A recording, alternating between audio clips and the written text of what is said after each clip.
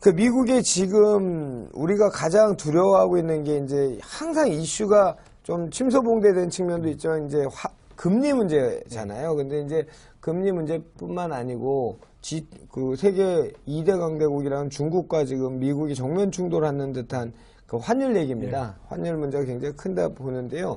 그 환율 조작국이 중국하고 뭐 우리나라는 지금은 1차는 들어가진 않았죠. 않았는데 이제 뭐 파생이 뭐 일본이나 다 들어가 있으니까 굉장히 영향이 클 것 같은데 그거에 대해 설명 좀 부탁드리겠습니다. 뭐 정가의 보도처럼 휘두르고 있죠. 슈퍼 301조라고 해서 삼복 1조에 따른 어떤 무역 규제도 있지만 현재로서는 가장 저희가 좀 조심스럽고 우려가 되는 게 환율 조작국에 대한 지정입니다. 사실 미국이 중국을 재무부를 통해서 이제 환율 조작국으로 지정해 주기를 요청하고 있지만 사실 이제 미국이 중국을 뭐 좌지우지하기에는 사실 좀 쉽지 않다라는 생각이고요. 그렇죠. 그다음에 이제 미 국채 보유를 세계에서 가장 많이 하고 있기 때문에 어떤 서로 보복적인 상황으로 가게 된다 그러면 미국도 상당히 피해가 크기 때문에 사실 우리가 좀 더 우려가 되는 부분들이 있다는 겁니다. 뭔 싸움에 못 터진다고 우리가 그런 일이 좀 생기지 않을까라고 생각을 하는데요. 사실 중국도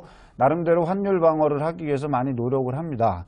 근데 이제 요번에 그 2016년 10월 15일 날 그 환율 관찰 대상국이 지정이 됐는데 이제 5개 나라가 됐죠. 중국, 대만, 일본, 그 다음에 한국, 독일, 스위스는 요번에 처음 들어왔고요. 한국은 이제 4월, 10월 2회에 걸쳐서 이제 환율 관찰 대상국으로 지정이 되어 있습니다. 중국은 지난 4월에는 2개 요건이 충족됐는데 요번에는 대미 흑자 부분만 충족이 됐기 때문에 우리보다 조금 여유로운 상황이 되어 있고요. 이제 아마 협상 카드를 내밀 때 반드시 이 부분을 미국에서 들고 나올 거라고 생각을 합니다. 일단 그 미국이 제시하고 있는 환율 관찰 대상국의 지정 요건이 3가지입니다. 첫 번째적인 경우는 대미 무역 흑자액이 200억 달러 이상이어야 하는데 이제 저희가 302억 불이거든요, 현재. 그러니까 벌써 100억 불 넘게 지금 오버가 돼 있고요. 그다음에 이제 경상수지 흑자. 경상 흑자가 이제 GDP 대비 3% 미만이어야 합니다.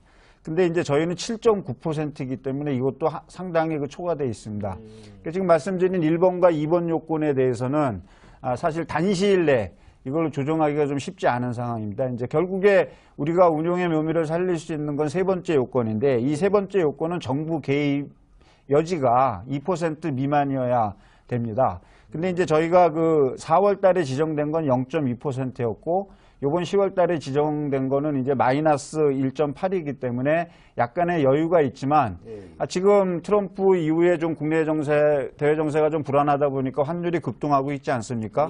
이렇다면 정부에서 환율을 방어하기 위해서 개입을 해야 되는데 그런 개입의 여지가 상당히 이제 좁아진다라는 거죠. 이것까지 조건이 성사가 되면 이제 우리는 환율 조작국이 돼버리는 겁니다. 그러니까 틀림없이 미국에서는 이 부분을 가지고 협상 카드를 FTA라든지 주한미국 방위비 분담이라든지 모든 문제를 가지고 같이 합병해서 그다음에 이제 연대해 갖고서 이제 조건 제시를 할 것으로 보이기 때문에 우리가 또 소규모 개방 경제 국가이기 때문에 무역을 하지 않고서는 저희는 안 되지 않습니까?